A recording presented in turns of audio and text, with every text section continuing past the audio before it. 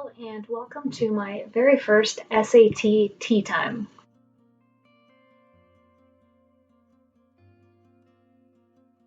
Grab a coffee, grab a tea, grab a hot chocolate, and we are going to talk about how to study for the SATs during the coronavirus today.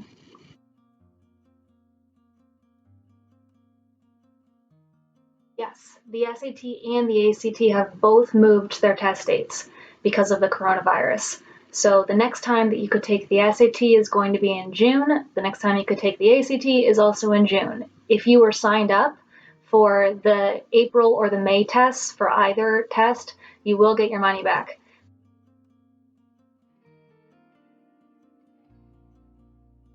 If you haven't taken the ACT or the SAT yet, I say get ready for June. We don't know for sure that June test is going to happen. It's really dependent on what happens here. But I would assume that it's going to happen and I would get ready for it. Reason is you don't want to wait until August or September to be taking the test for the first time officially. You may find that your score is lower than you expect, and then you'll want the opportunity to take it again before you have to submit it to colleges. So my recommendation is get ready for June, do the best you can to study, and take it in June.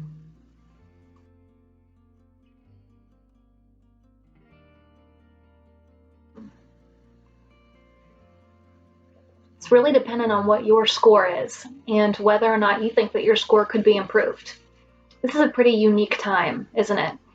You might have more time to study than you did before. And so if you think that studying and then taking the test again could yield a higher score, then I recommend that you do that.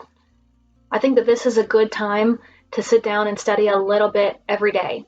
Most likely you aren't going to school anymore. Most likely you aren't going to work anymore. You probably have some additional time to study that you didn't before.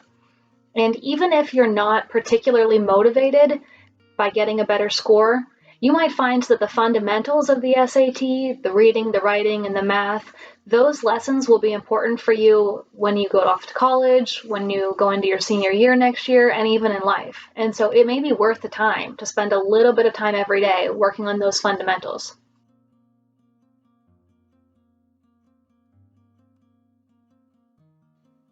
If you're still here, it probably means that you are prepared to study at least a little bit for the SAT or for the ACT. And that's awesome. There are lots of online resources that you can use to help you. Most of you are already using Khan Academy, and that's great. If you're not, check it out. I'm going to put the link up here. Prep Scholar is one of my favorites, and I'm going to put the link for that one up here. Prep Scholar doesn't have as much practice questions, but there's more content-based lessons, similar to the types of lessons that we would have every Thursday. And then there's my website, and you already found it, you already made it here. I'm going to try to put some helpful information up here for you every week. Additionally, you can use your own practice tests as study guides. Now, lots of students aren't that comfortable basically self-teaching. They haven't learned how to self-teach yet, how to design their own lessons based on their own weaknesses. But I think this is a really important skill, and it's the most effective way to study for the SAT that I've seen. And so I'm going to create another video just on self-studying using practice tests. And so we'll talk about that one another time. Additionally, if you're looking for personalized help, personalized resources, please know you can always reach out to me. It was true when we had class together every Thursday, and still true now. So email me, rwright2 at alumni.nd.edu. And you can also always email Ms. Warpinski or Ms. Snow. We're all here to help. So let us know however we can do that.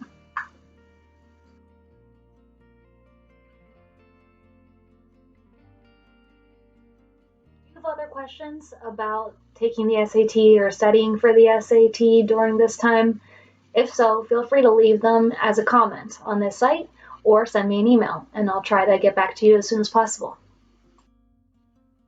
Thanks for joining me today for SAT Tea Time. Hope that I was able to answer some of your questions. I hope that you and your families are staying safe and healthy. Reach out to me anytime if there's anything that I can do to help. Cheers.